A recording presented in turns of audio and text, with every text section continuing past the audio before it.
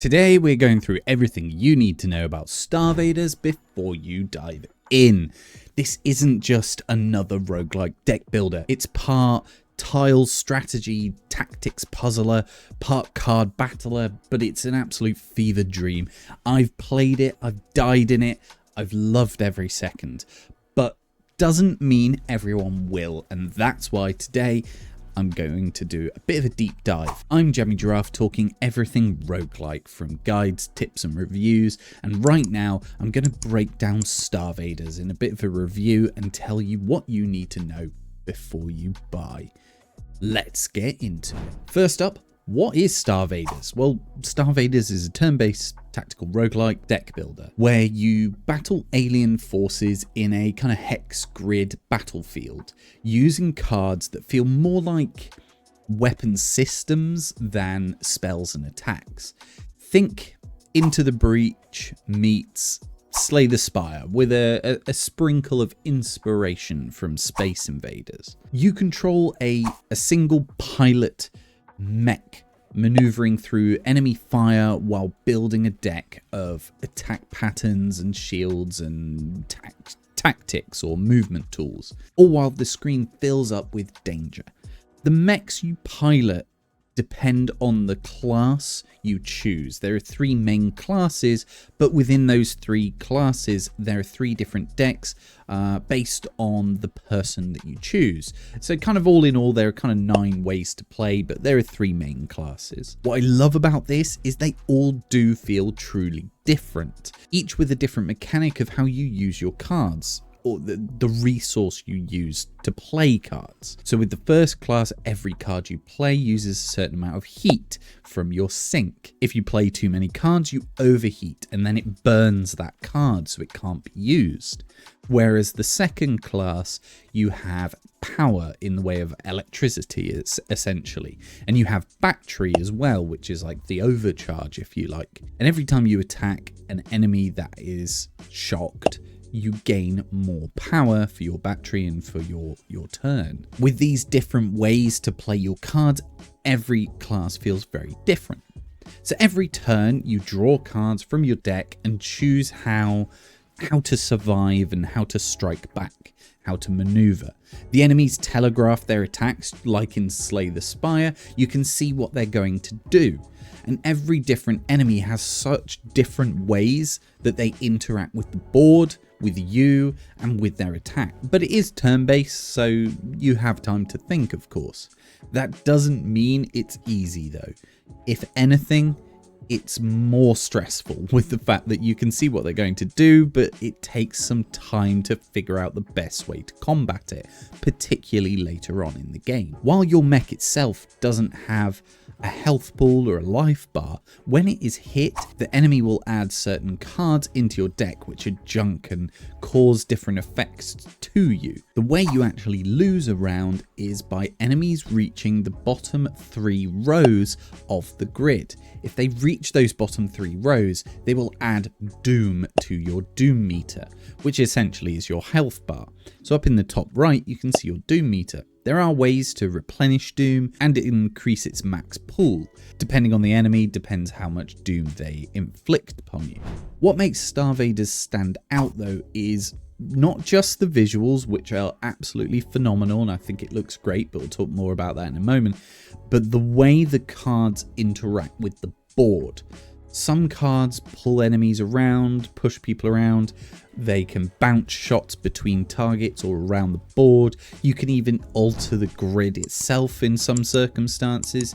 You're not just building a damage engine, or you're more solving a spatial puzzle at the same time. Every single turn is a different spatial puzzle, depending on the way enemies are going to attack. There's a certain mental gymnastics of how this game works is what really makes it shine. As an example, there are certain enemies that, if they're not next to another enemy of its own type, will die off at the end of that turn. There are certain enemies that when their shield breaks, they will inflict doom the next turn, regardless of them being in the bottom 3 rows.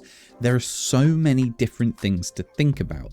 And one of the other things I love about this is the bosses. The bosses are very unique and all have different mechanics that you really have to play around with, and depending on your deck can suffer. Because of that spatial puzzle element, one of the things that's quite different with this game compared to a lot of other card battlers is the fact that you're not just thinking about how to attack and how to defend, you're thinking about how to move, how to affect the movement of the enemies as they move down the board with every turn.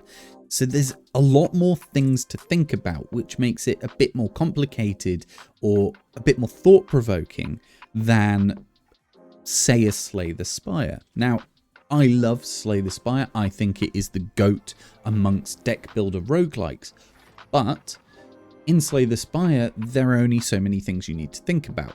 There's all the debuffs and buffs that you can apply and the attacks and defense. But with, and obviously the artifacts as well. However, with this game, you've got the artifacts, you've got your attacks, you've got your ways to defend. However, you also have all the movement and the grid, and that adds a certain element of complexity and joy in when things go right. So I think that's one of the things that sets this game apart. And by no means am I saying there aren't other games that have grid and cards, but I think this just gets the balance just right. One of the other things that makes this game quite different is the fact that during the rounds you can score points based on killing enemy. Now, if you kill multiple enemies in a row during one turn, you will score additional points in the form of a combo. Think about Mario when you're jumping on the Goombas and you jump on one and another and you score 200, 400, 600, 800. It's very much the same. If you kill multiple ones in a single turn, you're going to score higher points. But what makes this so satisfying is the fact that those points are your currency that you spend in the shops, which becomes very important. You can almost, sometimes you'll end up strategizing to go for those bigger combos so that you can augment your deck or gain more artifacts, basically spend more points because you've played the game in such a way to go for those combos rather than just scoring points willy-nilly. So with those points, you will build your deck as you progress. You'll go to the shop and choose from various cards, various artifacts, and you can then build out your synergies, and you can obviously remove cards from your deck. But the deck is really small in this. Yes, you can make it a lot bigger by buying cards, obviously, but it is a smaller deck and you draw more cards, meaning that you're shuffling your deck a lot more regularly, and it means that the synergies are even more important because you haven't got many to play with.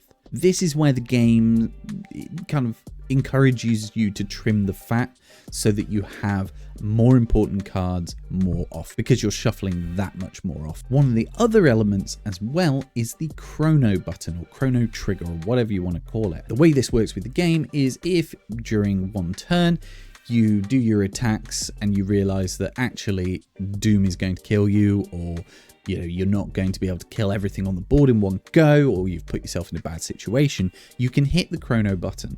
And what that will do is reset everything, but give you a different hand of cards. So you draw the cards again. And it means that you can play through a few different circumstances. Now, you only have a certain amount of uses of that button. Yes, you can replenish them, but it's a very powerful mechanic that actually I felt I was overlooking in the earliest stages of the game. So there's a lot of different elements at play that make it sound really complicated, but let's talk about the difficulty and replayability of this game for a moment. Yes, the game is tough, but only later on did I find it difficult, which, yes, you're going to expect with most games. However, I find that the curve of this game is fantastic. The difficulty curve is just right. In those first 2 or 3 hours, you're going to feel very powerful and you're going to really enjoy the way that you can interact and kill the enemies. And then it starts to throw in some complexity at a really nice pace. It doesn't spike too fast. It doesn't take too long to get into it. I think they got that curve bang on, and you're really going to enjoy the way that you progress and get that meta progression also. because as you progress and as you do runs, you'll unlock additional cards and artifacts and classes. So there's always something new to be going after. There's also a lot of trophies in the game, and I don't mean Steam trophies.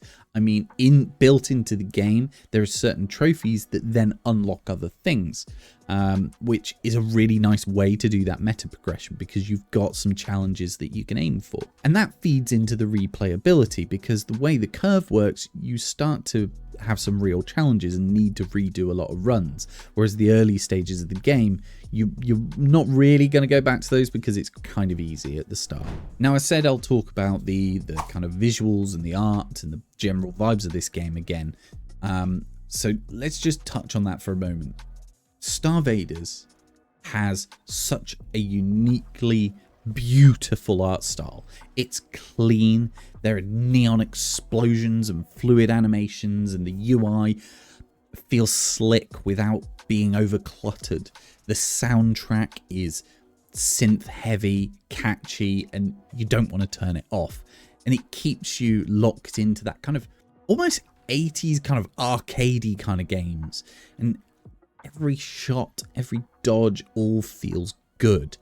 Everything you do in this game, just the kind of feedback is really nice and it looks fantastic. And I think that's one of the things that really pops out at people the first time they play it, is just how good it looks. So I've been spouting off about how great this game is. So what's bad about it? Firstly, the story. I'm not one for story in that many roguelikes. There are some roguelike games, you're playing them for the gameplay, and that's what matters, right? In this, the story is very lacking. I couldn't care less about it. I'm clicking through it, don't care, I just want to play the game. And don't get me wrong, they're not trying to harp on about story in this in any way, shape or form. It's very much a few text dialogues. If you care for that, so be it. This is not a story game. You know, if that's what you like out of a roguelike, you know, compare it to Hades. I got into the story in that. You know, I was invested in it. In this, I'm just invested in the gameplay, and that's fine. That's fine. If that's what the game is intending to be, not a problem. So if story is important to you, maybe this isn't for you. The RNG at times can sometimes be a bit unforgiving, let's say, but that's a roguelike. You know, if you're into roguelikes, you know that RNG is going to come into it at times. So I don't see that as a major negative in any way. One thing I will say is the game doesn't feed you the information about how to progress with a great level of ease. You can see all of that information, but it doesn't throw it up in your face. Now, I like that in some aspects. However, you know, finding out all about the trophies unlocking things took a bit of time, and how to progress maybe wasn't that obvious, maybe. But this is really me trying to nitpick to find flaws, because generally I think this game is fantastic. Another one maybe would be the fact that the energy mechanics are surprisingly complicated to understand at first. And most of the cards are quite difficult to get your head around at first. It takes a bit of time. However, I honestly struggle to find many flaws with this. I think this game is fantastic. So should you play this? Well, if you like tactical roguelikes, you like tight decision making, you can appreciate a great art style, you like a challenge, then yes. If you're someone that likes way more casual story style games, no, I don't think it is for you.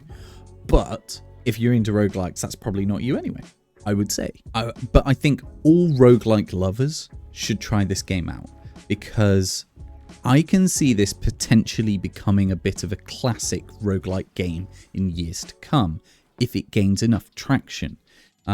It's tough, it's stylish, it's smart, and it's just damn awesome, to be honest.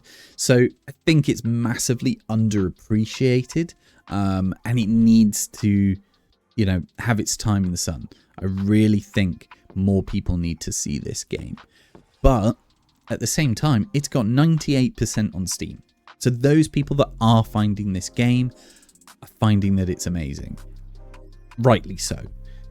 And that comes to my rating. So I will do a review score of this. I'm going to use, just like in my last video, the Kind of Funny scale. Shout out to Kind of Funny. So they have this scale that technically it's a 20-point scale because you can do 0.5s, but it ranges from masterpiece to Golem. And I would say that this is 9 out of 10. It is a truly fantastic roguelike. I'm not going to say, you know, compare this to Breath of the Wild or anything in score. I'm scoring it on its merits, and it is a 9 out of 10 game. Maybe even 9.5, but I'm sticking with 9 for now. So there you have it, my review of this game. I think StarVaders is phenomenal. I hope you found this helpful. Drop me a like, hit subscribe for more indie and roguelike reviews and content, tips and guides, that kind of thing. And let me know in the comments what you think of StarVaders. And also, during this, I had the thought, what are some of the harder turn-based roguelike games? Like in my head, I thought about Darkest Dungeon as an example, but give me some other examples. What do you think of the harder turn-based roguelikes? Because I'm gonna go and seek some out. Also, my next video will come out next week. I'm going to finally be going back to Blueprints, and I'm going to do a tier list video of the rooms in Blueprints. I've been JammyGiraffe, sending love and positivity as always. I'll see you in your next run. Jammy out.